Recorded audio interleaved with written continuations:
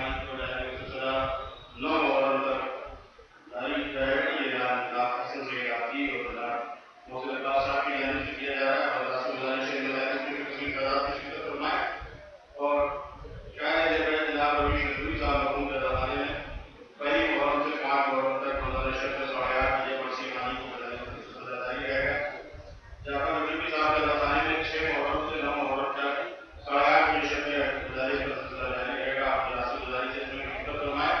اور کشمیر لہجہ سرکار پاک کے سامنے جناب انیل سندگی صاحب کے زمانے میں 3 مجالس کا سلسلہ جاری ہے. اس میں مولانا یوسف صاحب کا بیان ہو رہا ہے. رسول گزارش ہے کہ شکل 8 بجے ان مجالس میں کثیر تعداد میں شرکت فرمائے. چودھری ہاؤس کے چاہتا میں شکل 8 بجے مجالس کا سلسلہ 9 محرم تک جاری ہے. مولانا عباس مصطفی صاحب کا بیان فرمائے. اور 3 محرم کو جناب ظفر حسین صاحب کے زمانے میں شبیر نجف سلطان نگر میں مجلس سزا منعقد ہوگی. اور 5 محرم کو جناب ناصر حسین صاحب کے ماڈل تنوری میں ان مجالس میں مولانا یوسف علی صاحب کا بیان ہوگا.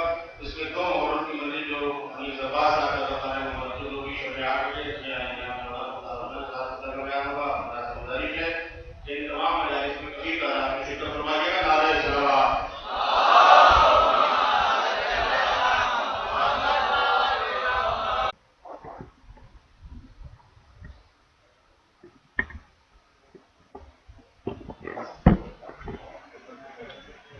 حضرات ایک دو اعلانات مجھ سے بھی سماعت فرما لیں.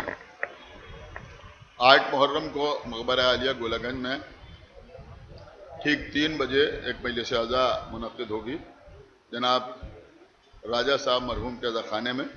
اور اس کے بعد جلوس برآمد ہوگا, قمع و زنجیر کا ماتم ہوگا. آپ حضرات سے گزارش ہے کہ وہاں شرکت فرمائیں. اور 11 محرم کو صبح 9 بجے شاعر اہل بیت جناب نیر مجیدی صاحب کے عزا خانے میں ایک مجلس عزا منعقد ہوگی. آپ حضرات اس میں بھی شرکت فرمائیں. اور روزانہ شب میں ٹھیک 10 بجے وقت کی پابندی کے ساتھ جناب کوکب نواب صاحب کے عزا خانے میں یعنی عباس موسوی صلی اللہ علیہ کے عزا خانے میں مجالس کا سلسلہ جاری رہے گا شب عاشور تک. اور ان مجالس میں برادرم جناب احسن سعید عابدی صاحب قبلہ مرثیہ پیش فرمائیں گے روزانہ.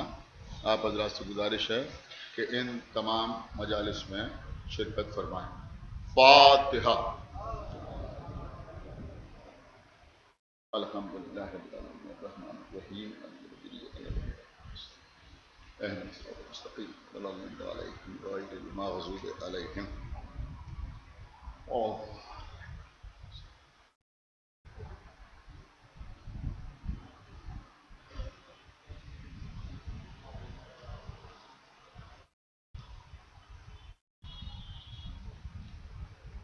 أعوذ بالله السميع العلي العظيم من الشيطان اللعين الرجيم. بسم الله الرحمن الرحيم.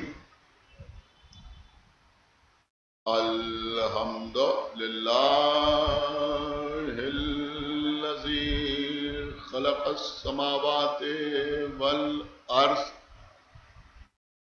الصلاة والسلام على سيدنا ونبينا وشفيعنا ومولانا ومولى الثقلين جد الحسن والحسين أبي القاسم محمد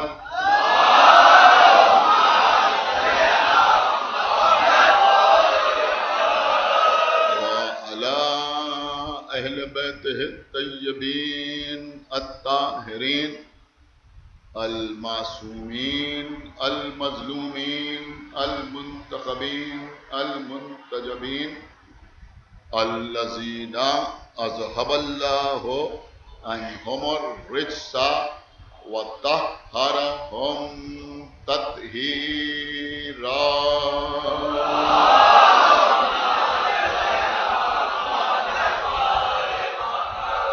ولعنة الله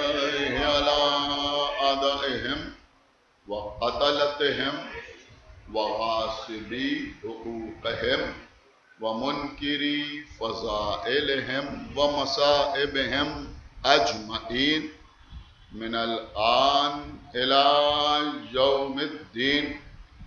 أما بعد فقد قال الله سبحانه تبارك وتعالى في كتابه المجيد وفرقانه الحميد وقوله الحق. بسم الله الرحمن الرحيم. إنا للمتقين مفازا. صلوات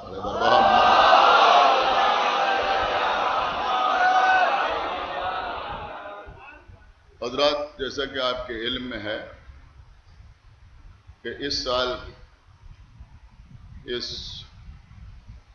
مخصوص عشرہ مجالس کا عنوان ہے کامیابی. کلام الہی کی بہت سی آیات میں اللہ نے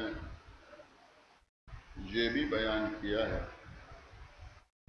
کہ کامیاب ہونے والے کون ہیں، اور بہت سی آیات میں یہ بھی بیان کیا ہے کہ ناکام ہونے والے افراد کون. کامیابی کن لوگوں کا نصیب ہے یہ بھی بیان ہوا، اور ناکامی اور شکست کن لوگوں کا مقدر ہے یہ بھی کلام الہی میں بیان ہوا. انشاءاللہ کچھ اور آیات پر بھی آگے کی مجالس میں گفتگو ہوگی، لیکن میں نے عنوان بیان کے طور پر ان تمام مجالس کے لیے سورہ نبا، جس سے 30ویں پارے کا آغاز ہوتا ہے، جس میں بہت چھوٹی چھوٹی آیتیں ہیں، مختصر آیتیں ہیں، اس کی ایک بہت ہی مختصر سی آیت کو سرنامہ سخن قرار دیا. بے شک یہ آیت بہت مختصر ہے،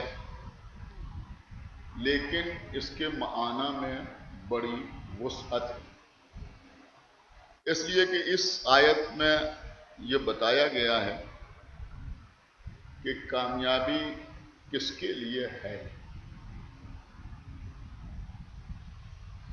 میں سمجھتا ہوں کہ اس دنیا میں کوئی انسان ایسا نہیں ہوگا، وہ کسی بھی مذہب سے تعلق رکھتا ہو،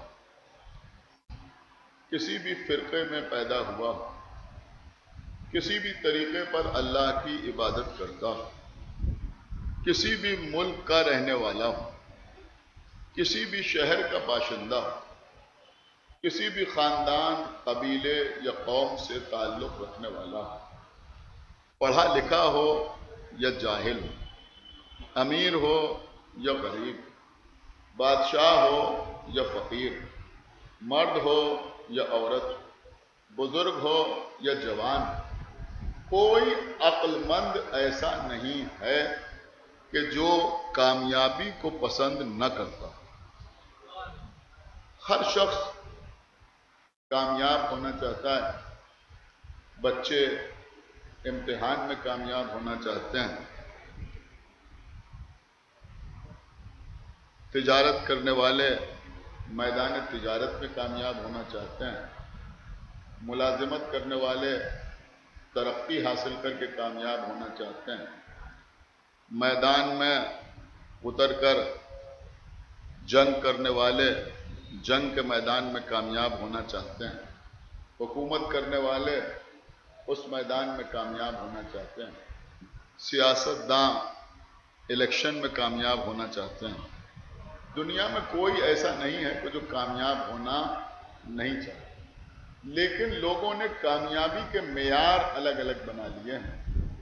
عام طور پہ لوگ سمجھتے ہیں کہ جس نے دولت جمع کر لی وہ کامیاب، جس کے پاس بہت زیادہ مال آ گیا وہ کامیاب، جس نے جائیداد کھڑی کر لی وہ کامیاب، جو عہدوں پر قابض ہو گیا وہ کامیاب۔ میں نے بہت سوچ سمجھ کے جملہ استعمال کیا، جس نے کسی طرح سے منصب ہتھیا لیا وہ کامیاب۔ سمجھ رہے ہیں آپ؟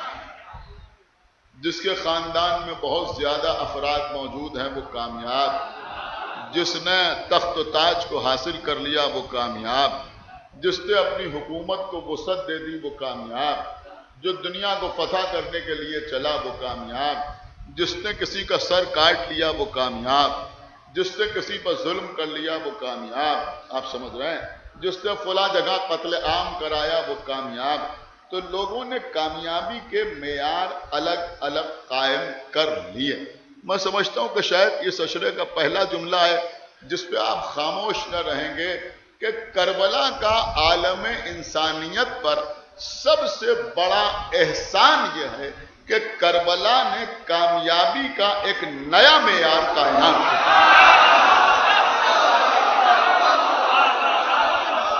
ایک صلوات پڑھیں بر محمد و آل محمد۔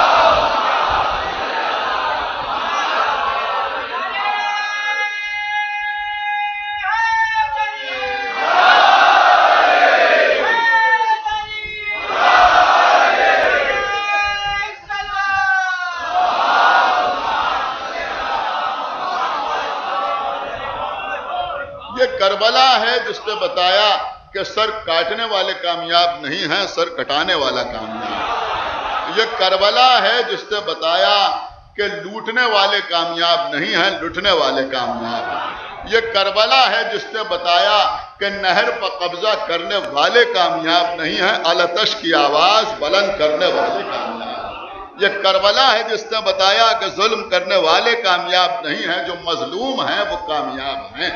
تو عزیزو، کربلا کامیابی کا ایک نیا معیار قائم کرنے والی ہے، اور دنیا کو کربلا نے بتایا کہ حقیقی کامیابی کیا ہے، حقیقی کامیابی کیا ہے۔ میں بڑی قیمتی بات آپ کی خدمت میں عرض کر رہا ہوں، اور یہ جو ہم عزاداری کرتے ہیں، یہ عزاداری بھی دنیا کو یہ بتانے کے لیے ہے کہ دیکھو جو لٹنے والے تھے وہ کامیاب ہیں۔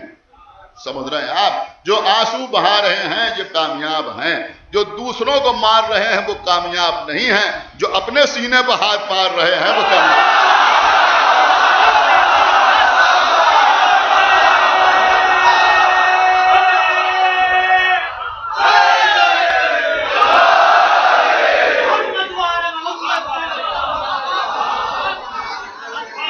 قبلہ یہ مجلسیں بہت دور دور تک جاتی ہیں، لہذا ضرورت اس بات کی ہے کہ ممبر کا جو صحیح حق ہے وہ ادا کیا جائے۔ یہ ممبر صرف اور صرف فضائل و مصائب اہل بیت بیان کرنے کے لیے ہے۔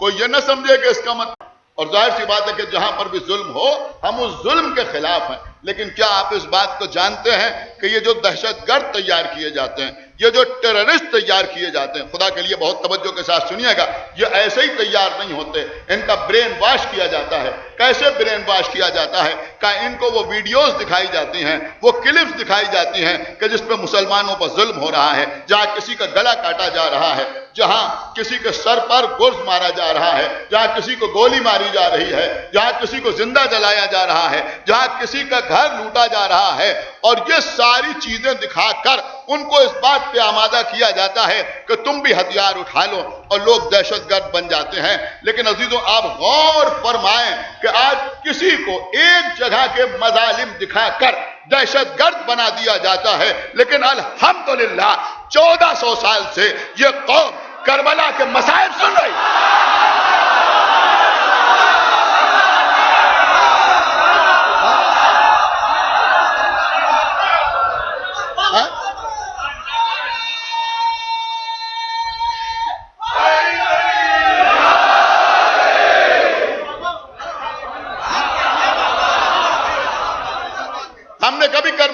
مصائب کو چھپایا نہیں، ہم نے کبھی کربلا کے مصائب کو پوشیدہ نہ کیا، اس لیے کہ ہم جانتے ہیں کہ کربلا کے مصائب جو ہیں جب وہ بیان ہوتے ہیں تو اس سے کربلا والوں کی فتح کا اعلان ہوتا ہے، ان کی کامیابی کا اعلان ہوتا ہے۔ ہم اپنے بچوں کو کربلا کے مصائب سناتے ہیں، ہمارے چھوٹے چھوٹے بچے منہ پیٹ پیٹ کر روتے ہیں، آنکھوں سے آنسو بہاتے ہیں، اگر تلوار اٹھاتے ہیں تو اپنے سر پر مارنے کے لیے۔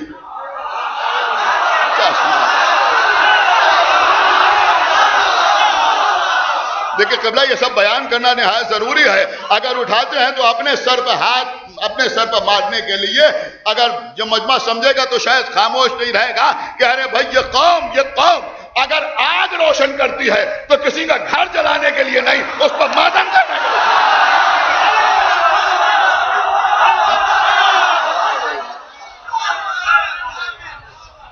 یہ بتانے کے لیے کہ دیکھو یہ مصائب ہمیں دہشت گردی کی طرف نہیں لے جاتے، بلکہ یہ مصائب ہمیں پیغام امن دینے کے لیے ہیں۔ تو ہم مصائب سنتے ہیں تو اگر ماتم کرتے ہیں تو اپنے سینے پر، کبھی اپنے رخساروں پر، کبھی اپنے زانوں پر زخمی کرتے ہیں تو اپنے کو خون بہاتے ہیں تو اپنا۔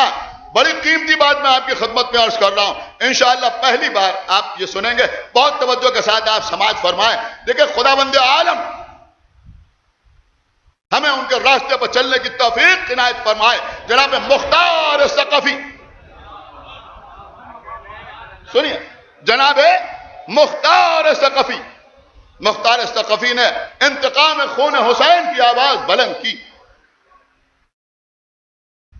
انتقام خون حسین کی آواز بلند کی۔ عزیزوں، ہمارے چوتھے امام کے ہونٹوں پر آنے والا تبسم جناب مختار کے تمام اعمال و افعال کے لیے سند کی حیثیت رکھتا ہے، اس کے آگے ہمیں کچھ اور درکار نہیں۔ اتنا زبردست انتقام جناب مختار نے لیا۔ آج ایک بالکل نیا پہلو میں آپ کی خدمت میں عرض کر رہا ہوں۔ دیکھیے عزیزو، جناب مختار جنہوں نے قتل حسین کا انتقام لیا، لیکن قبلہ سنیے گا، مولانا مسلم صاحب تشریف فرمائے، دیگر پڑھے لکھے حضرات بیٹھے ہوئے ہیں، انشاءاللہ میری بات کی تائید کریں گے کہ جناب مختار نے انتقام خون حسین تو لیا، لیکن انتقام خون حسین لینے کے لیے مختار نے قتل عام نہیں کیا۔ شاید جملہ میں پہنچا نہیں سکا، کیا سن رہے ہیں آپ؟ میں کیا عرض کر رہا ہوں؟ مختار نے نہیں آپ بالکل سمجھے ہی نہیں، میں کہاں آپ کو لے گیا۔ مختار نے قتل عام نہیں کیا کہ بھئی یہی کوفے والے تھے جنہوں نے امام حسین کو قتل کیا، لہذا سارے کوفے والوں کو تحت دیکھ کر دیا جائے۔ ایسا مختار نے نہیں کیا، یہی شام کے لوگ تھے، لہذا جو شامی نظر آئے اس کو بے دریغ قتل کر دیا جائے، اس لیے کہ شام والوں نے امام حسین کو قتل کیا تھا۔ آج جو دہشت گردی کا مزاج ہے کہ ہم پر ظلم ہوا ہے، لہذا ہم ریلوے اسٹیشن پر بلاسٹ کر دیں، لہذا ہم ایئرپورٹ پر بلاسٹ کر دیں، لہذا ہم یہاں لوگوں کو ماریں۔ اس بات سے مطلب نہیں ہے کہ جو ظلم کرنے والے ہیں وہ اور ہیں اور جن پر تم ظلم کر رہے ہو وہ اور۔ سمجھ رہے ہیں؟ جناب مختار کے اتنے عظیم انتقام نے، اتنے عظیم جہاد نے دنیا کو یہ بتایا کہ دیکھو جب انتقام لیا جاتا ہے تو ایرے غیرے سے انتقام نہیں لیا جاتا، جس کا اس سے کوئی تعلق ہو اسے نہیں مارا جاتا، قتل اسی کو کیا جائے گا جو اس قتل میں شریک ہے۔ اسی لیے آپ مختار نامہ پڑھیں، جسے بھی جناب مختار نے قتل کیا پہلے دربار میں اس سے اقرار لے لیا کہ تم نے کربلا میں کیا کیا۔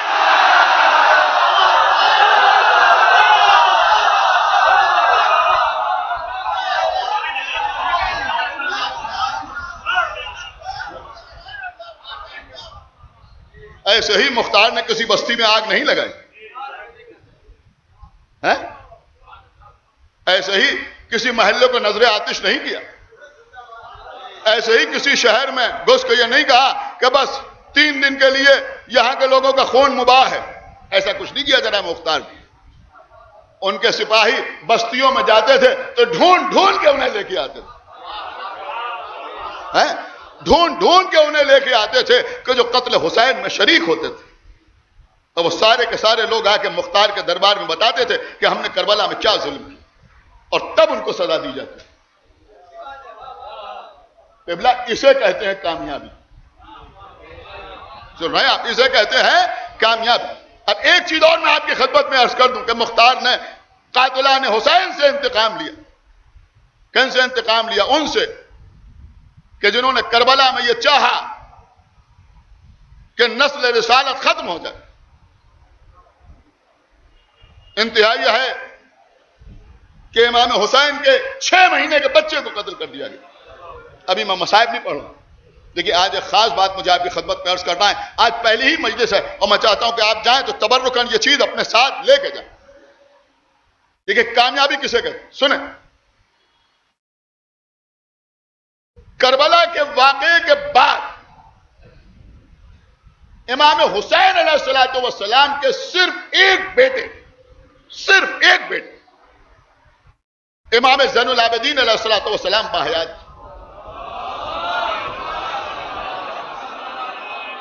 ان کے سوا کوئی نہیں. آقا حسین کا کوئی بیٹا کربلا میں بچا تھا؟ علی اکبر مارے گئے، 6 مہینے کے بچے کو شہید کر دیا گیا. اب صرف ایک امام زین العابدین کربلا کے بعد باقی. شاید اس مجمع کے بہت سے بچوں کو معلوم نہ ہو کہ جب مختار کے دور میں یزید فی النار ہوا، واصل جہنم ہوا، تو یزید کے 15 بیٹے موجود تھے. جانتے ہیں کتنے بیٹے موجود تھے؟ 15 بیٹے یزید کے موجود تھے. حسین کا ایک بیٹا زین العابدین، یزید کے 15 بیٹے موجود تھے.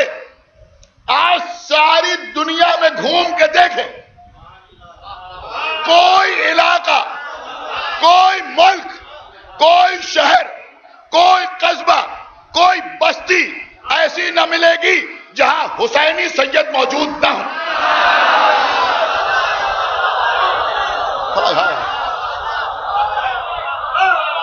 شاید بات سب تک پہنچی نہیں. جہاں حسینی سید موجود نہ ہو. بھائی سادات دو ہی طرح کے تو ہیں، یا تو حسنی سادات ہیں یا حسینی سادات ہیں. حسنی سادات تعداد میں کم ہے، حسنی سادات تعداد میں کم ہے، لیکن حسینی سادات اگر ان معنی میں آپ دیکھیں حسینی سادات تو کتنے ہیں؟ خالی وہ لوگ نہیں جو اپنے نام میں حسینی لگاتے ہیں، جو سادات اپنے نام کے ساتھ سر نیم کے طور پر حسینی لکھتے ہیں، وہ تو حسین الاصغر کی نسبت سے لکھتے ہیں.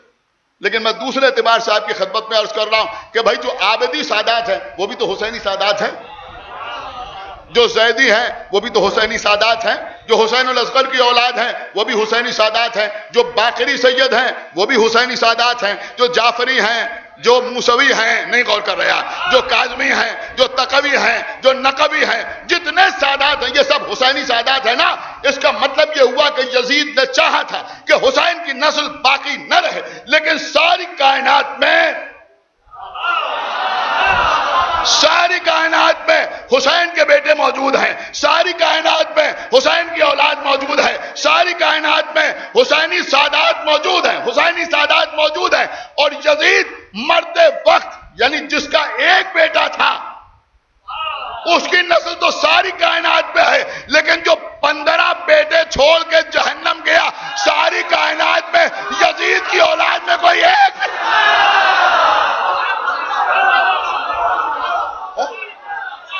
صلوات پڑھا پر محمد والے تو ایک.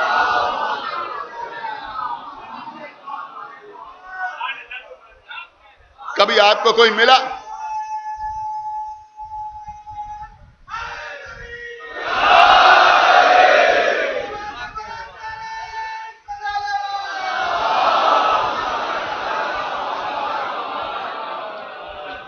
کبھی آپ کو کوئی ملا جو کہے کہ میں یزید کی اولاد ہوں؟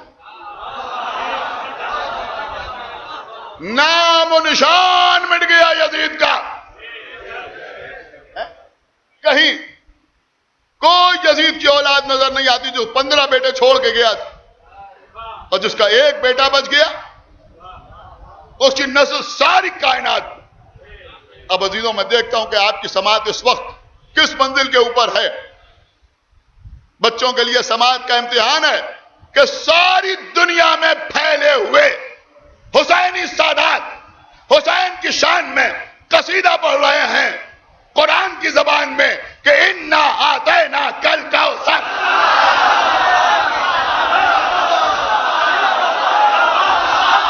کیا یا شاید آپ کو لطف نہیں آیا، یہ سارے حسینی سادات اِنَّا أَعْطَيْنَا کل کوثر کہہ کر حسین کے سلسلے میں تولا کر رہے ہیں، اور قرآن اِنَّا شَانِئَكَ هُوَ الْأَبْتَرُ کہہ کر یزید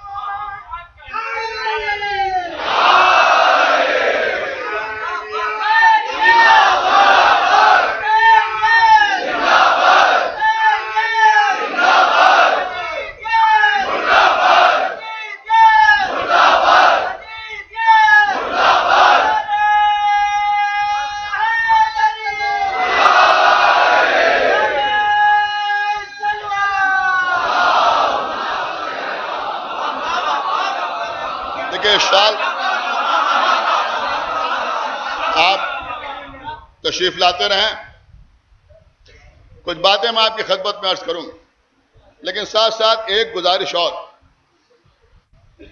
اس لیے نہیں کہ میں پڑھ رہا ہوں، بلکہ ضرورت اس بات کی ہے۔ تقریباً 2-3 سال سے آپ حضرات سوشل میڈیا پر اس پرابلم کو ملاحظہ فرما رہے ہیں۔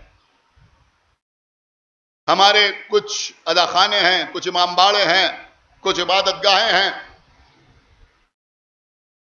کہ جن کا تقدس کچھ ناشائستہ حرکات کی وجہ سے پامال ہوتا ہوا نظر آ رہا۔ ایسی باتیں صرف کمنٹ کرنے سے حل نہیں ہوں، ایسے ویڈیوز کو کسی کمنٹ کے ساتھ فقط شیئر کرنے سے کوئی مسئلہ حل نہیں ہو۔ میں آپ حضرات سے گزارش کرنا چاہتا ہوں کہ اگر آپ چاہتے ہیں کہ یہ مسائل حل ہو جائیں تو ان امام باڑوں میں جو مجالس ہوتی ہیں، اور خاص طور سے جو ٹرسٹ کی طرف سے مجالس ہوتی ہیں، دیکھیں میں بڑی باریک بات آپ کی خدمت میں عرض کر رہا ہوں، چاہے وہ آصف الدولہ کا امام باڑہ ہو، چاہے محمد علی شاہ کا امام باڑہ ہو، چھوٹا امام باڑہ، چاہے شاہ نجف ہو یا سعادت علی خان کا مقبرہ ہو، یہاں جو مجالس ہوتی ہیں ان میں پہنچنے کی کوشش کیجیے۔ دیکھیے آپ کیا سمجھتے ہیں، آپ کا جانا ہی ایک تحریک ہوگا۔ میری بات سمجھیے جو میں عرض کر رہا ہوں، میرے پاس بھی تجربہ ہے، یہ عمر آ گئی، بہت کچھ دیکھا ہے،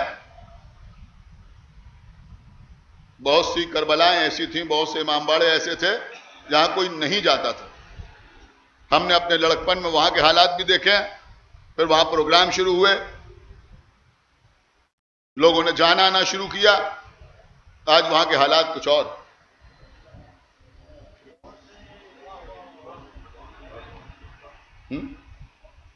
یہ جتنے لوگ فقط فیس بک پر اپنا فرض ادا کرتے ہیں کہ بڑے امام باڑے میں یہ ہو رہا ہے، چھوٹے امام باڑے میں یہ ہو رہا ہے، میں ان سے پوچھنا چاہتا ہوں کہ کتنی جمعراتیں ایسی ہوتی ہیں جب آپ وہاں زیارت کے لیے جاتے ہیں؟ تو ایک صلوات پڑھیں بر محمد وآلہ۔ جب آپ خود ہی چھوڑ دیں گے تو دوسروں کی جو سمجھ میں آئے گا وہ کریں گے۔ اور کی جگہ جو میں عرض کر رہا ہوں، خدا کے لیے ان مقامات کو تنہا نہ چھوڑیں۔ بڑا کرب ہے جو میں آپ کی خدمت میں بیان کر رہا ہوں، تنہا نہ چھوڑیں۔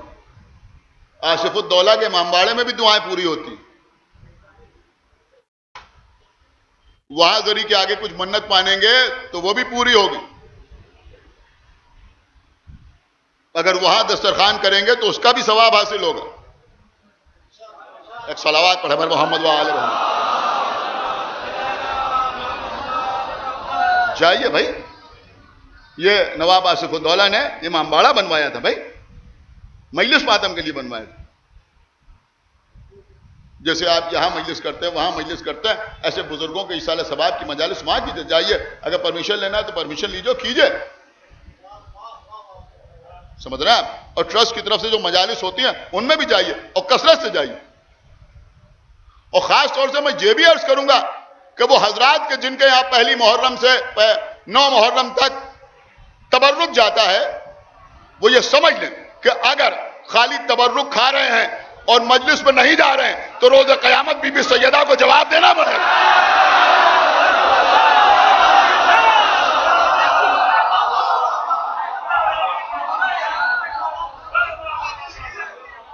ایک صلوات اور پڑھے بر محمد و آل محمد.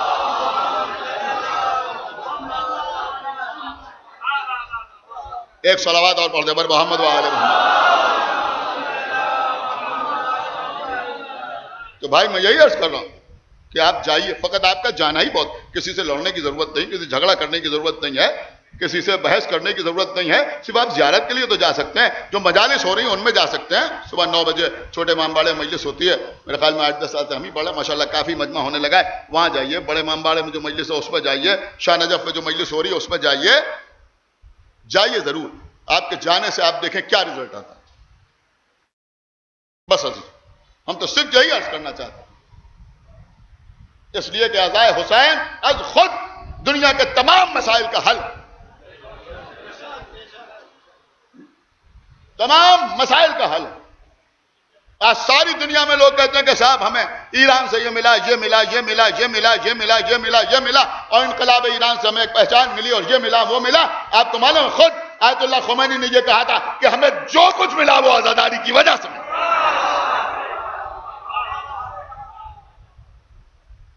جو کچھ ملا وہ عزائے امام حسین علیہ الصلوۃ والسلام کی وجہ سے ملا، اس کے سبب سے ملا. بس قبلہ کامیابی کیا ہوتی ہے اور ناکامیابی کیا ہوتی ہے، اس کے لیے امام حسین علیہ الصلوۃ والسلام کے پورے سفر کے اوپر غور کرنا پڑے. آج پہلی محرم اکثر مجالس میں جناب مسلم ابن عقیل کا تذکرہ ہوتا ہے. دیکھیے ابھی صرف 30 منٹ ہوئے ہیں، خدا جانے کیوں، اگر آپ اجازت دیں مجھے مسائب ہی پڑھنا ہے تو میں کچھ باتیں جناب مسلم ابن عقیل کے سلسلے میں اپنے بچوں کے حوالے کر دوں جو شاید عام طور پر بیان نہیں. دیکھیں قبلہ ہر ہما شما کی مثال جناب مسلم سے نہیں دی جا سکتی. مسلم کوئی علم کی کسی بھی بلندی میں فائز ہو جائے، لیکن وہ جناب مسلم ابن عقیل کے پیروں کی دھول اس لیے نہیں ہو سکتا کہ مسلم ابن عقیل کو خود آقا حسین نے بنفس نفیس اپنا سفیر بنا کے بھیجا. یہ اجماع سے سفیر نہیں بنے، ان کو لوگوں نے منتخب نہیں کیا. آقا حسین نے ان کو اپنا سفیر بنا کے بھیجا. کہاں بھیجا تھا؟ کوفے بھیجا تھا. شاید ان رخوں پر ہم غور ہی نہیں کرتے. یہ جناب مسلم کوفے گئے امام حسین کے نمائندے بن کے، امام حسین کے سفیر بن کے. خدا کے لیے جملے کو رائے گا نہ جانے دیجیے گا. آپ مصائب کے لیے آمادہ ہو گئے، لیکن اگر جناب مسلم کی محبت دل میں ہے تو شاید آپ خاموش نہ رہیں کہ جناب مسلم کا مرتبہ یہ ہے کہ حسین نے اپنا سفیر بنا کے انہیں بھیجا ہے. اب آپ سمجھے، اب کوفے والے اگر مسلم کی بیعت کریں تو یہ بیعت مسلم کی نہیں ہے، حسین کی بیعت. ان کی بیعت حسین کی بیعت. دوسرا جملہ میں کہنا نہیں چاہتا، حد ادب ہے کہ جس کو سفیر بنا کے بھیجا گیا ہے اگر وہ کسی کی بیعت کر لے تو اس کا مطلب یہ ہوا کہ بھیجنے والے نے بیعت کر لی. یہ بھروسہ ہے. اچھا اس کو جانے دیجئے. دوسری بات میں آپ کی خدمت میں عرض کروں، کہیں کوئی مجلس مجھے پڑھنا تھی، میری طبیعت خراب ہو گئی، کسی نے ہم سے کہا کہ بھائی آپ جسے مناسب سمجھیں اسے بھیج دیں. ہم نے اپنے بھتیجے سے یا کسی اپنے خورد سے کسی سے کہا کہ تم جاؤ جا کے وہاں مجلس پڑھو، لیکن ہم کو مجلس کی کیفیت معلوم تھی. ہم نے اس سے کہا دیکھو وہاں 30 منٹ مجلس پڑھنا یا 35 منٹ مجلس پڑھنا، فضائل زیادہ پڑھنا یا مصائب زیادہ پڑھنا، اس انداز سے مجلس پڑھنا، آیات کے حوالے سے پڑھنا یا حدیث کے حوالے سے پڑھنا یا ادب قسم کا میٹر پڑھنا یا عام فہم زبان میں مجلس پڑھنا، کچھ انسٹرکشنز ہم نے دیے کہ تم مجلس پڑھنے جا رہے ہو تو اس انداز سے مجلس پڑھنا. کیوں؟ کہ اس لیے کہ ہم جانتے ہیں کہ وہاں کے لوگوں کا مزاج کیا سن رہے ہیں. نہیں آپ نے توجہ نہیں فرمائی. لیکن سنیں دیکھیں مجلس ریکارڈ ہو رہی ہے، یہ ساری باتیں بہت قابل غور ہیں جو میں عرض کر رہا ہوں. جب امام حسین نے جناب مسلم کو اپنا سفیر بنا کے کوفے بھیجا تو صرف یہ کہا کہ آپ کوفے جائیں اور وہاں کے حالات سے مجھے مطلع فرمائیں. امام حسین نے جناب مسلم سے یہ نہیں کہا کہ اگر لوگ بیعت کریں تو یہ کرنا. ارے بھیا اللہ جانے کب آپ تک بات پہنچے گی. اگر لوگ بیعت نہ کریں تو تمہارا عمل یہ ہونا چاہیے، اگر لوگ صلحوں پہ آمادہ رہیں تو ایسے کرنا، اور اگر لوگ جنگ کرنے کے لیے تیار ہو جائیں تو جنگ کرنا یا نہ کرنا. اگر لوگ ساتھ ہوں تو جنگ کرنا، لوگ ساتھ نہ ہوں تو جنگ نہ کرنا. سمجھ رہے ہیں آپ؟ جنگ کرنا تو کہاں جا کے جنگ کرنا، کیسے جنگ کرنا، کس کے گھر میں مہمان رکنا ہے، کس کو اپنا میزبان بنانا، کس کے یہاں قیام کرنا، کس پر بھروسہ کرنا اور کس پر بھروسہ نہ کرنا، یہ سب کچھ امام حسین نے نہیں کہا. شاید آپ کو ان باتوں کی اہمیت کا اندازہ نہیں ہو رہا ہے. صرف جناب مسلم سے کہا کہ آپ چلے جائیں. اس کا مطلب یہ ہوا کہ امام حسین جانتے تھے کہ مسلم جو کریں گے وہ ہماری مرضی کے مطابق ہوگا.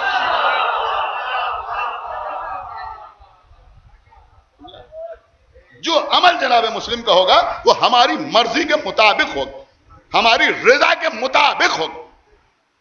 یہ ہے جناب مسلم ابن عقیل. جو کرے وہ ہماری مرضی کے مطابق ہوگا.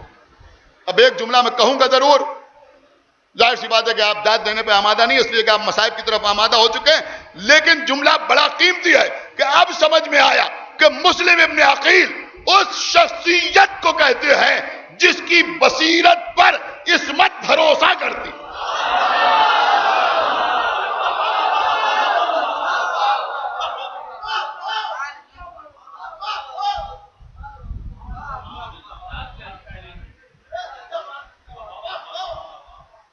بھروسہ ہے کہ ان کا جو عمل ہوگا وہ ہماری مرضی کے مطابق ہوگا، ان کا جو قول ہوگا وہ ہماری مرضی کے مطابق ہوگا. ہے کوئی دنیا میں ایسا؟ مسلم کوفے پہنچے، 40,000 یا 70,000 روایتوں میں اختلاف ہے، لوگوں نے ہاتھ پہ بیعت کی، لیکن پھر حالات بدلے، لوگوں نے مسلم کے ساتھ چھوڑ دیا. ایک وقت ایسا بھی آیا کہ جب نماز پڑھانے کے لیے کھڑے ہوئے تو پیچھے چند آدمی تھے.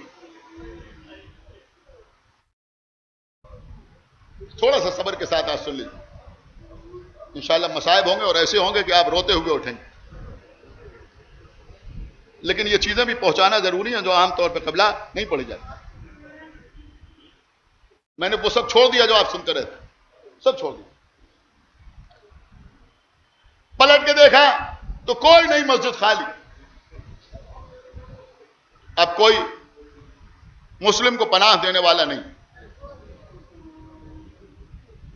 کوفے کی گلیوں میں مسلم گھوم رہے ہیں. ایک گھر کے سامنے جا کے بیٹھ گئے، تھک گئے. اس گھر کی مالکہ باہر نکلی. اس عورت کا نام تھا توآ. سنیں اس عورت کا نام تھا توآ. توئے واو این ہے، توآ. یہ شام کی رہنے والی تھی. مدینے آئی. اس کی پہلی شادی اشعث ابن قیس کندی کے ساتھ ہوئی. اشعث ابن قیس کو جانتے ہیں نا؟ اشعث ابن قیس کے ساتھ اس کی شادی ہوئی. اس سے ایک بیٹا پیدا ہوا جس کا نام رکھا گیا بلال. لیکن اس میں بلال حبشی جیسی کوئی خوبی نہیں تھی. جب مولا علی کے ہاتھ پر لوگوں نے بیعت کی اور مولا کائنات نے مدینے سے ہجرت کی کوفے کی جانب اور کوفے کو دارالحکومت قرار دیا, تو یہ ملعون اشعث ابن قیس بھی مدینے سے کوفے آیا اور کوفے میں رہنے لگا. تو طوع بھی کوفے آئی اور اپنے شوہر اور اپنے بیٹے کے ساتھ کوفے میں رہنے لگی. طوع کو چونکہ آل محمد سے بے پناہ محبت تھی, لہذا یہ مولا علی کے گھر میں آتی جاتی رہی اور اس نے بہت کچھ علم قرآن معلمہ غیر معلمہ بی بی زینب سے حاصل کیا. یعنی شہزادی زینب کی شاگردہ تھی طوع. جب کوفے میں اشعث ابن قیس مر گیا, عدت کے دن گزرنے کے بعد طوع نے عقد ثانی کیا اسید خضرمی کے ساتھ اور پھر اس کے گھر میں رہنے لگی. چونکہ اس کا بچہ بلال جو پہلے شوہر سے تھا وہ چھوٹا تھا, لہذا وہ بیٹا بھی اسی کے ساتھ رہا, یعنی اپنے سوتیلے باپ کے ساتھ رہا. دھیرے دھیرے وہ بڑا ہونے لگا. لیکن جب وہ جوان ہو گیا, دیکھیے یہ اشعث ابن قیس کا پورا خاندان اہل بیت کا دشمن رہا. اسی کی بیٹی تھی جودہ بنت اشعث جس نے سرکار سبط اکبر کو زہر دی. اور رشتے بتانا ضروری ہے تاکہ لوگوں کی سمجھ میں آئے کہ کربلا کا سقیفہ سے رشتہ کیا ہے. یہ اشعث ابن قیس خلیفہ اول کا بہنوئی تھا.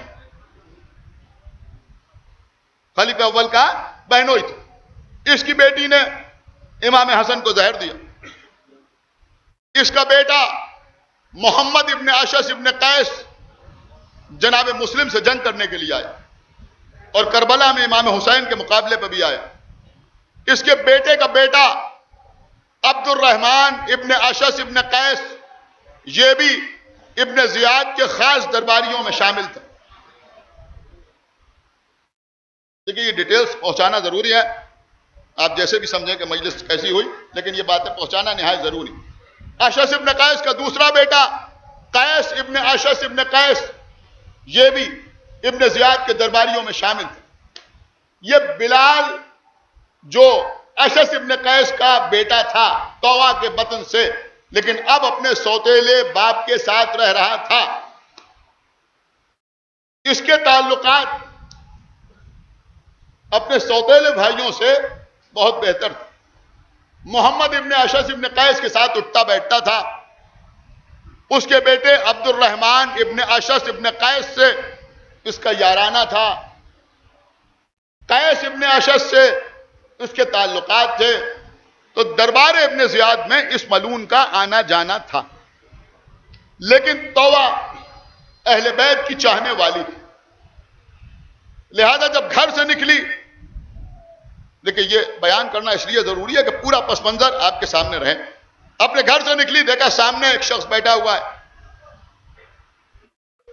تو اس نے کہا کہ آپ کون ہیں؟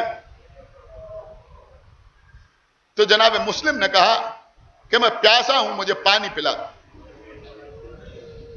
یہ گھر کے اندر گئی, ایک کوزے میں پانی لے کے آئی, پانی پیا. یہ واپس گھر کے اندر چلی گئی. کوفے کے حالات خراب تھے اور اس کا بیٹا بھی گھر میں نہیں آیا تھا, لہذا یہ بار بار اپنے بیٹے کو دیکھنے کی وجہ سے گھر سے باہر آ رہی. ایک بار آئی تو جناب مسلم کو دیکھا کہ پانی پلا دو, اس نے پانی پلا دیا. دوبارہ پھر آئی, دیکھا پھر بیٹھے ہوئے. تو اس نے کہا کہ اے شخص آپ کون ہیں؟ آپ اپنے گھر کیوں نہیں جاتے؟ تو فرمایا جناب مسلم نے کہ میں مسافر ہوں. میں بے وطن ہوں، اب مجھے یہاں کوئی مہمان رکھنے والا بھی نہیں ہے۔ تو طوا نے کہا کہ کہیں آپ حضرت مسلم ابن عقیل کے ساتھ تو نہیں آئے؟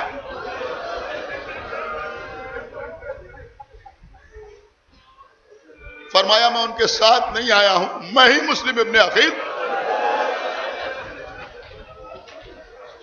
لیکن پھر آپ باہر کیوں بیٹھے ہوئے؟ آپ گھر میں آئیے۔ جناب مسلم ابن عقیل تو آ کے گھر میں مہمان ہوئے، بڑی خاطر کی، ایک حجرے میں بستر لگایا، لیکن سفیر حسین کو بستر پر کہاں سونا تھا، مصلی پر محو عبادت ہوئے، نمازوں میں مشغول، سجدوں میں مصروف۔ ادھر طوا کا بیٹا دربار ابن زیاد میں اپنے سوتیلے بھائیوں کے ساتھ اس سے سنا کہ عبید اللہ ابن زیاد نے کہا کہ جو مسلم ابن عقیل کی خبر دے گا اس کو 1000 درہم انعام میں دیے جائیں گے۔ اس کے دل میں لالچ پیدا ہوا کہ اگر میں خبر دوں، ادھر ادھر گیا، کہیں مسلم نظر نہ آئے۔ کافی رات گزرنے کے بعد گھر آیا، ماں نے کھانا دیا، اس نے کھانا زہر مار کیا۔ اس کے بعد اس نے دیکھا کہ میری ماں ایک حجرے میں بار بار جا رہی۔ پوچھا ماں یہ آپ بار بار اس حجرے میں کیوں جا رہی؟ مومنہ عورت تھی۔ کہا اللہ کا ہم پر کرم ہوا ہے، احسان ہے پروردگار کا، خاندان بنی ہاشم کی ایک فرد ہمارے گھر میں مہمان ہوئی ہے۔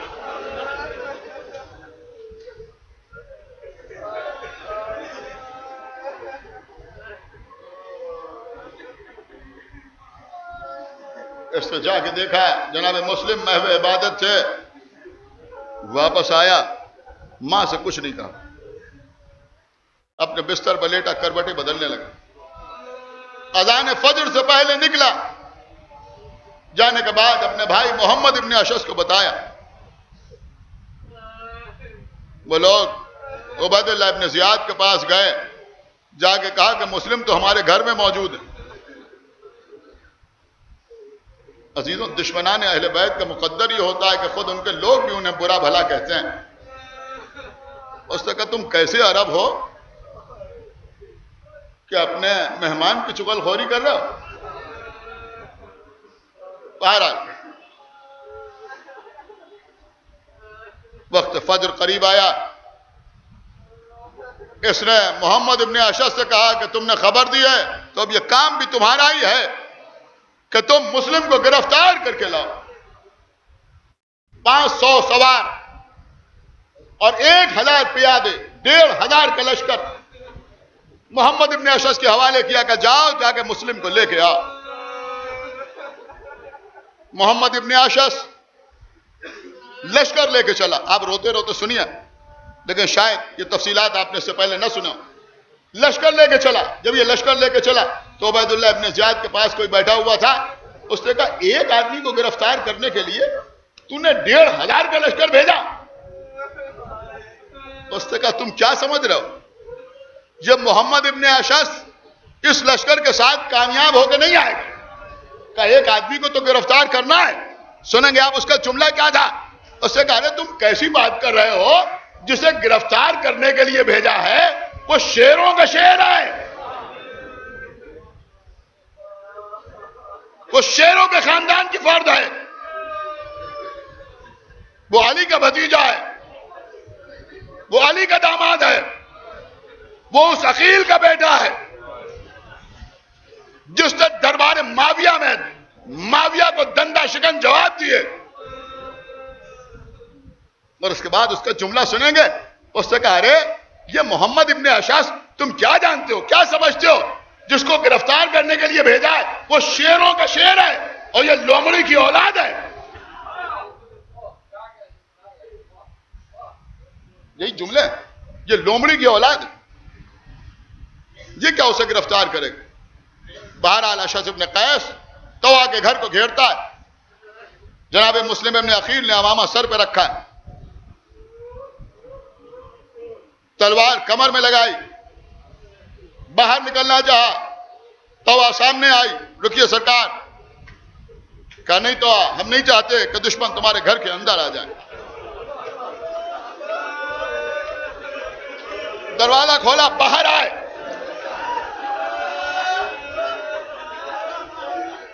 ایک چیز میں نے عجیب سی دیکھی کہ جب جناب مسلم ابن عقیل طوع کے گھر کے سامنے آئے تھے تو کچھ دیر کے لیے ان کا گھوڑا ان سے رخصت ہو گیا تھا. لیکن یہ آل محمد کے گھر کے سواری کے گھوڑے بھی ایسے وفادار ہوتے ہیں کہ جب ہتھیار سجا کے مسلم طوع کے گھر سے باہر نکلے تو دیکھا گھوڑا سامنے کھڑا ہوا. میں کچھ عرض کر رہا ہوں, اما دنیا میں کوئی مسلم کے گھوڑے کی برابری نہیں کر سکتا.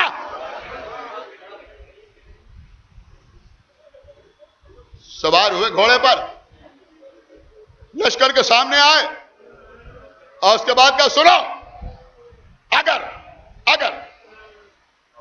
تم میں غیرت ہے اور اپنے کو عربی کہتے ہو تو دستور جنگ کے مطابق ایک ایک آدمی میرے سامنے آئے, میں تنہا ہوں, ہم اس سے جنگ کریں.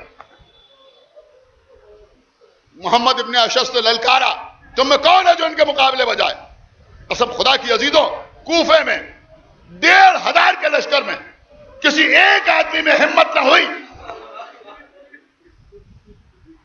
کہ جو مسلم کے مقابلے پہ آئے. یہاں تک کہ محمد ابن اشعث نے 40 جو بہت زیادہ بہادر تھے ان سواروں کو سلیکٹ کیا, چنا اور ان سے کہا تم سب آگے بڑھو اور ان کو گرفتار کرو. وہ 40 آدمی ایک اکیلے مسلم پر حملہ آور ہوئے. تھوڑا سا صبر کر کے سنیں, مولا آپ کو جزا دیں گے اگر آپ نے محسوس کیا. وہ 40 آدمی جناب مسلم ابن عقیل پر حملہ آور ہوئے. ایک مرتبہ علی اور عقیل کے شیر نے ان 40 آدمیوں پر نگاہ ڈالی, ہاتھ تلوار کے قبضے پہ آیا. اب راوی کا بیان ہے, جیسے جی چاہے ویسے سنیے گا. ہاتھ تلوار کے قبضے پہ آیا, آواز دی یا علی, اور یہ کہہ کہ مسلم نے تلوار نکالی. لوگوں نے مسلم کو تلوار نکالتے ہوئے دیکھا اور اس کے بعد دیکھا کہ تلوار چمکی. کوئی بیان نہ کر سکا کہ مسلم نے کیسے جنگ کی. بس راوی نے اتنا لکھا کہ 40 گھوڑے بغیر سواروں کے کوفے کی گلیوں میں دوڑ رہے تھے. 40 گھوڑے کوفے کی گلیوں میں بغیر سواروں کے دوڑ رہے. اب جب 40 کا یہ عالم ہوا تو محمد ابن اشعث نے کہا کہ مل کے حملہ کر. اب بقیہ سارے کے سارے افراد ٹوٹ پڑے. مسلم نے تلوار نکالی.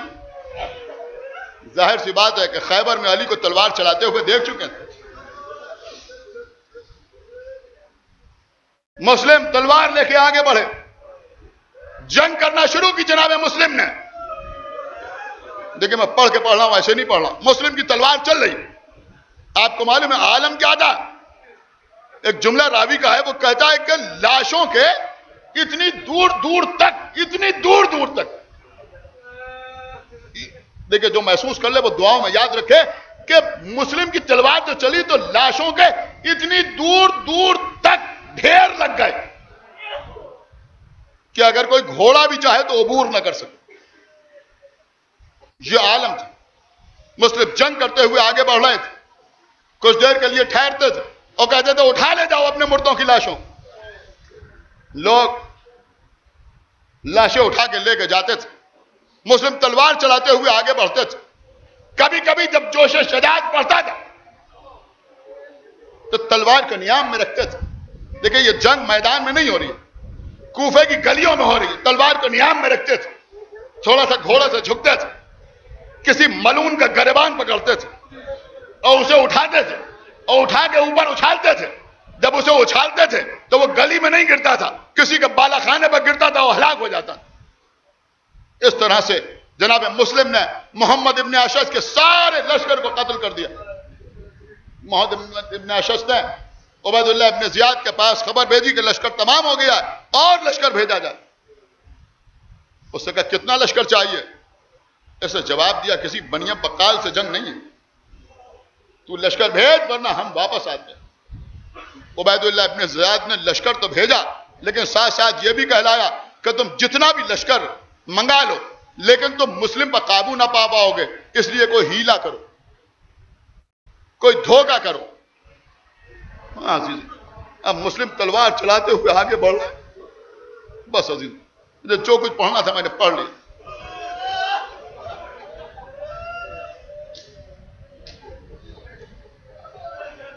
تلوار چلاتے چلاتے کچھ تھکن محسوس ہوئی. ایک دیوار سے ٹیک لگا کے کھڑے ہوئے ایک شخص کے جس کا نام بکیر ابن حمران تھا, جس کا باپ جنگ نہروان میں مولا علی کے ہاتھوں قتل ہوا تھا. وہ اپنے گھر سے نکلا اور دیوار کی آڑ لیتے ہوئے چھپتا ہوا آیا, اور آنے کے بعد جناب مسلم پر ایک وار کیا. بازو پر تلوار لگی, کچھ خون بہا. جناب مسلم کے ہونٹوں پر تبسم آ گیا. قسم خدا کی عزیزوں, صرف یہی خانوادہ ہے کہ جہاں زخم کھا کے مسکرایا. چاہے کوفے میں مسلم ہو یا کربلا میں 6 مہینے کے علی اصغر.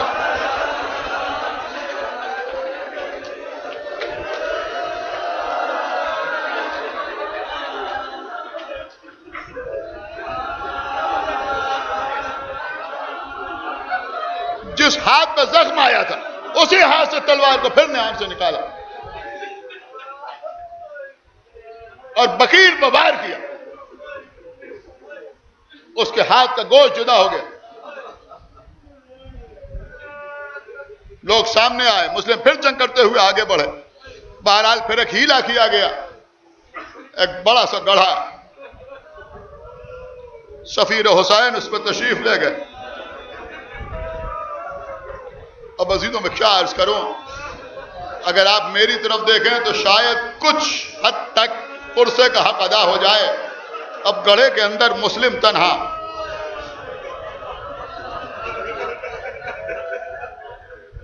گڑھے کے اندر مسلم تنہا, چاروں طرف یزیدی, چاروں طرف عبید اللہ ابن زیاد کے سپاہی. اب ہاتھوں میں تلواریں نہیں ہیں, بس اتنا سننا کافی ہے, بلکہ لمبے لمبے نیزے لیے ہوئے ہیں.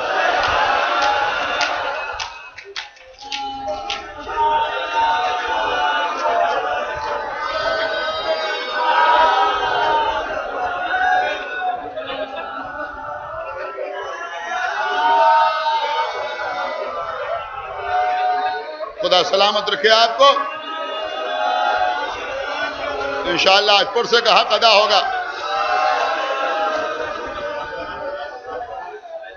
ہاتھوں میں نیزے لیے ہوئے مسلم گڑھے کے اندر ہے, اوپر سوار ہو رہے ہیں.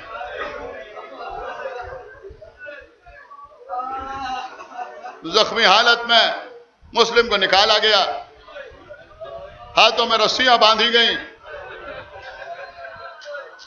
محمد ابن اشعث جناب مسلم ابن عقیل کو دربار ابن زیاد میں لے کے آیا. ابن زیاد تخت پہ بیٹھا ہوا ہے. بہت سے جزویات میں نے ترک کر دی, بہت تفصیلی واقعہ ہے. سامنے آئے, کسی نے مسلم ابن عقیل سے کہا تم نے امیر کو سلام نہیں کیا؟ کہا مالی امیر سوى الحسین.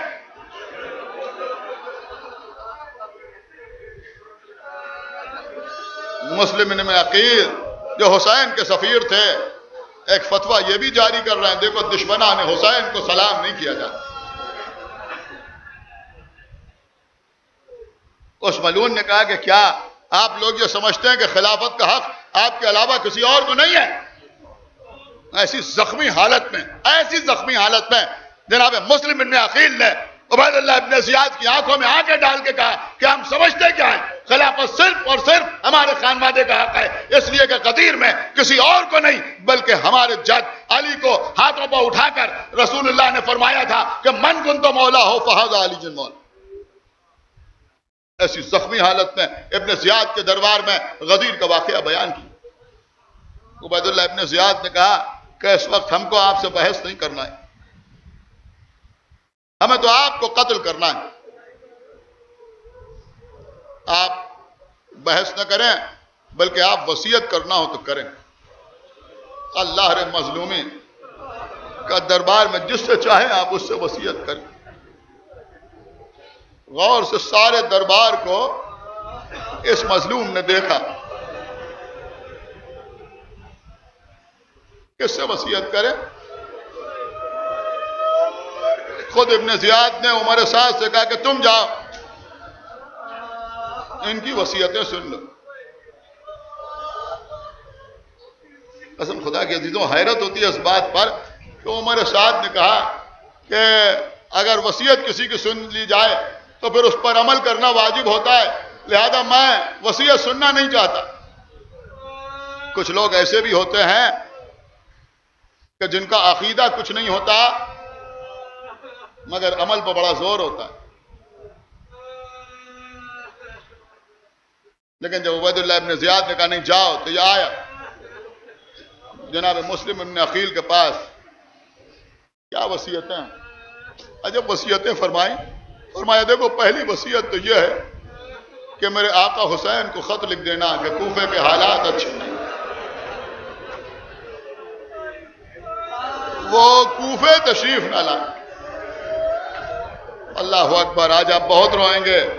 دوسری وصیت یہ ہے کہ میں 700 درہم کا قرضدار ہو گیا ہوں، میرا گھوڑا بڑا قیمتی ہے، میری زرہ بھی بڑی قیمتی ہے، میری تلوار کی بھی اچھی قیمت مل جائے گی، اسے فروخت کر کے میرے 700 درہم کے قرض کو ادا کر دیا جائے۔ اس کے بعد آپ سنیں گے کیا کہا، انشاءاللہ آپ سینے پر ہاتھ مار کے روئیں گے۔ فرمایا کہ یہ سب کچھ فروخت کرنے کے بعد 700 درہم قرض ادا کر دینا، اس کے بعد بھی کچھ رقم بچ جائے گی، جب اس کے بعد کچھ رقم بچ جائے تو اس سے میرے دفن و کفن کا انتظام۔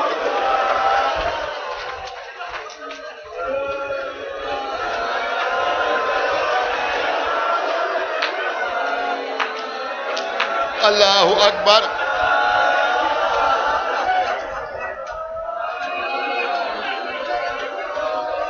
اس کے بعد فرمایا سنو، میری شہادت کے بعد میرے یہ خون میں بھرا ہوا پیراہن، میرا امامہ، میری کمر کا پٹکا، میرے دفن کے بعد اسے میرے اہل و عیال تک پہنچا دینا، اس لیے کہ وہ اسے میری نشانی کے طور پہ اپنے ساتھ رکھیں گے۔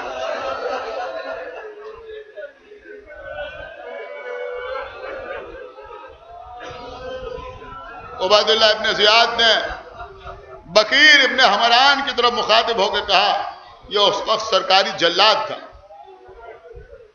کہ تیرے اوپر 2 قرضے مسلم ابن عقیل کے بھی ہیں، ایک تو یہ کہ انہوں نے ایک تو یہ کہ علی نے تیرے باپ کو قتل کیا تھا جنگ نہروان میں، اور دوسرا تازہ قرضہ یہ ہے کہ انہوں نے تیرے ہاتھ پر وار کیا اور تیرے ہاتھ کے گوشت جدا ہو گئے، لہذا تو ان دونوں قرضوں کو اس وقت وصول کر سکتا ہے، انہیں لے جاؤ اور لے جا کر مسجد کوفہ کی بلند ترین مینار پر قتل کر دو، اور کوفے میں یہ منادی کر دو کہ مسلم قتل ہو رہے ہیں، جس کو دیکھنا ہو وہ آ جائے۔ عزیزوں،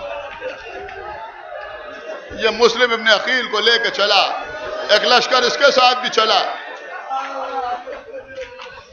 اب عزیزوں عجب عالم تھا، جناب مسلم ابن عقیل اس مینار کی سیڑھیاں چڑھ رہے قتل ہونے کے لیے، لیکن بار بار آواز دے رہے تھے میرے آقا حسین،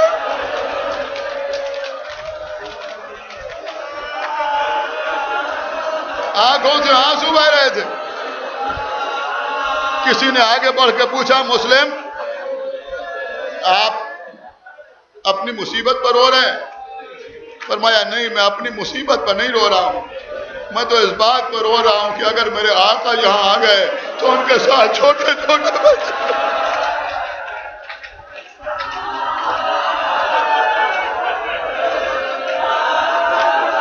اللہ اکبر۔ ہو گئی مجلس، رو لیا۔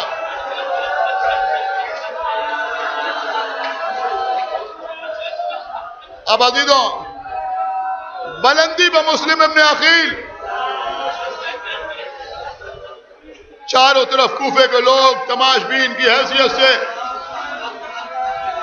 کوئی مسلم کی مدد کرنے والا نہیں، کوئی مسلم کے قدر پر احتجاج کرنے والا نہیں،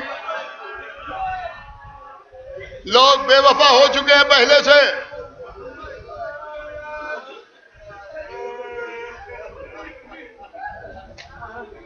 دو رکعت نماز ادا کی۔ ہاں عزیزوں، گلی گلی بستر لے کے گھوم کے نماز کی تبلیغ نہیں ہوتی، ایسے بتایا جاتا ہے کہ نماز کیا ہے۔ ایسے موقع پہ نماز پڑھی، بکیر بن حمران تلوار لے کے آگے بڑھا، کہ رک جا، ٹھہر جا، کہ آپ نے نماز پڑھ لی، اب مجھے اپنا کام کر لینے دی، کہ نہیں رک جا، ایک بار میں اپنے آقا کو سلام کر لوں۔ السلام علیکم یا ابا عبداللہ،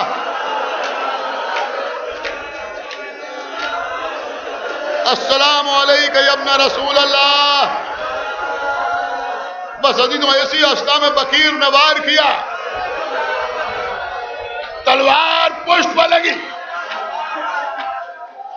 مسلم کی پشت زخمی ہوئی۔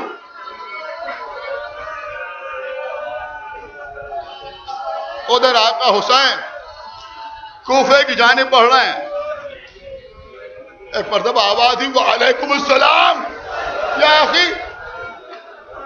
حضرت عباس شہزادے علی اکبر قریب آئے، آقا بابا کس کے سلام کا جواب دے رہے؟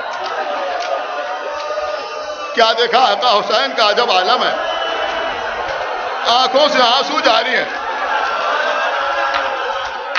پیر رکابوں سے باہر ہیں۔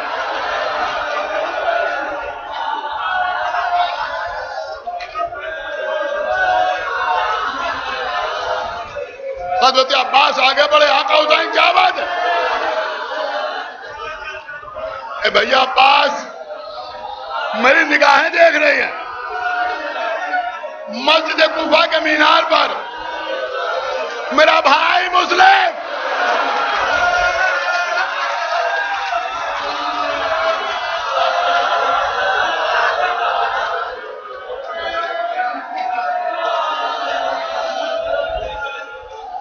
ایک بار پشت پہ ہو چکا ہے، دوسرا بار گردن پہ ہونا چاہتا ہے، میرا بھائی قتل ہو رہا ہے۔ آقا عباس کہتے ہیں آقا حسین میں بھی چاہتا ہوں کہ دیکھوں۔ آقا حسین نے اشارہ کیا، حضرت عباس نے دیکھا کہ مسلم سر جھکائے ہوئے ہے، بکیر تلوار اٹھائے ہوئے ہے، تلوار چلنے والی ہے، بس مجلس تمام۔ آخری جملے، ایک مرتبہ حضرت عباس کہتے ہیں آقا آقا ایک احسان فرما دیجئے۔ کہ کیا؟ کہ مجھے چند لمحوں کے لیے کوفے پہنچا دیجئے، چند لمحوں کے۔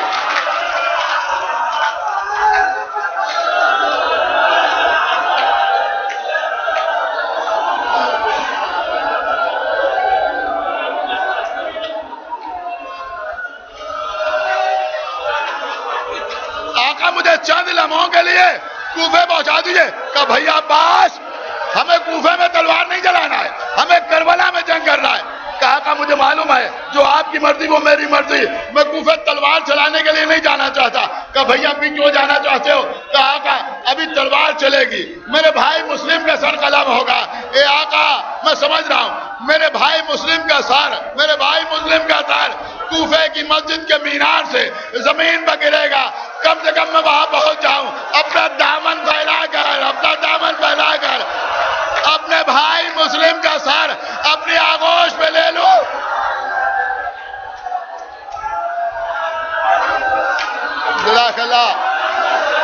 مولا سلامت رکھیں رونے والوں کو. بس مجلس تمام ہو گئی.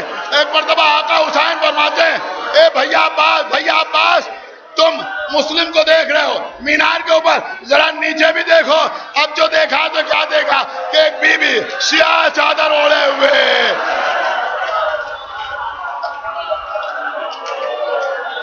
چادر کو ہاتھوں میں لیے ہوئے, آغوش پھیلا